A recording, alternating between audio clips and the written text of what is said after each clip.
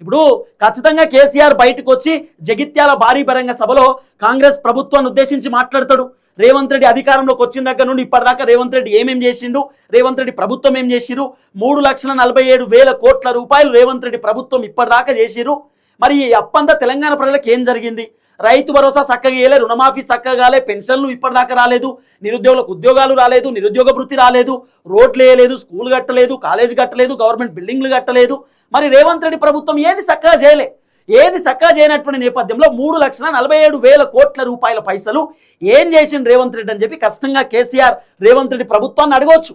రైతు భరోసా 2024 మొత్తం ఇవ్వలేదు, 2025లో రైతు భరోసా అడపాదడపు వచ్చింది, ఇప్పటిదాకా రైతు భరోసా రైతుల అకౌంట్లో పడలేదని చెప్పి ఖచ్చితంగా కేసీఆర్ రేవంత్ రెడ్డిని ఉద్దేశించి మాట్లాడే కార్యక్రమం చేయవచ్చు. అయితే కేసీఆర్ ఖచ్చితంగా కాంగ్రెస్ ప్రభుత్వాన్ని తిడతాడు, కేసీఆర్ కాంగ్రెస్ ప్రభుత్వం పైన కోప్పడతాడు. కాంగ్రెస్ ప్రభుత్వంలో జరుగుతున్న అవినీతి, అక్రమాలు, అరాచకాలు, కాంగ్రెస్ ప్రభుత్వం చేస్తున్న కబ్జాలు, భూదందాలు, సెటిల్మెంట్లు, కాంగ్రెస్ పార్టీ ఎమ్మెల్యేలు, ఎంపీలు, మంత్రులు, ఎమ్మెల్సీలు చేస్తున్నటువంటి కబ్జాలు, దందాలను కేసీఆర్ బయట పెడతాడు అనేటటువంటి అంశంతో ఖచ్చితంగా కేసీఆర్ మాట్లాడుతుందంటే తెలంగాణ ప్రజలందరూ కూడా కేసీఆర్ వైపు చూస్తారు, మీడియా ఛానల్ అన్నీ కూడా కేసీఆర్ వైపు ఉంటాయి అనేటటువంటి ఆలోచనతోటి కేసీఆర్ సభను డైవర్ట్ చేయడానికి, కేసీఆర్కి సంబంధించిన మీటింగ్ డైవర్ట్ చేయడానికి, కేసీఆర్ని మాత్రమే కాదు నన్ను కూడా కవర్ చేయండి, కేసీఆర్ మీటింగే కాదు నా మీటింగ్ కూడా చూడండి అంటే కేసీఆర్ సభను ఓ వైపు దారి మళ్లించడానికి రేవంత్ రెడ్డి ఈరోజు కాళేశ్వరానికి సంబంధించినటువంటి అంశం పైన భారీ బహిరంగ సభ పెడుతున్నటువంటి పరిస్థితి.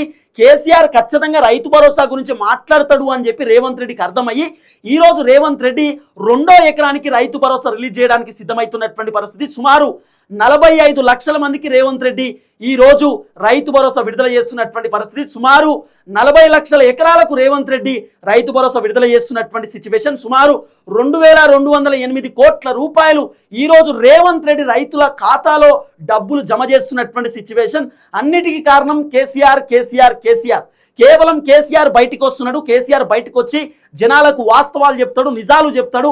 కాంగ్రెస్ ప్రభుత్వంలో ఏం జరిగింది, ఏం కథ అనేది KCR pin to pin Telangana సమాజానికి వివరిస్తాడు. కేసీఆర్ చాలా రోజుల తర్వాత బయటకు వస్తున్నాడు.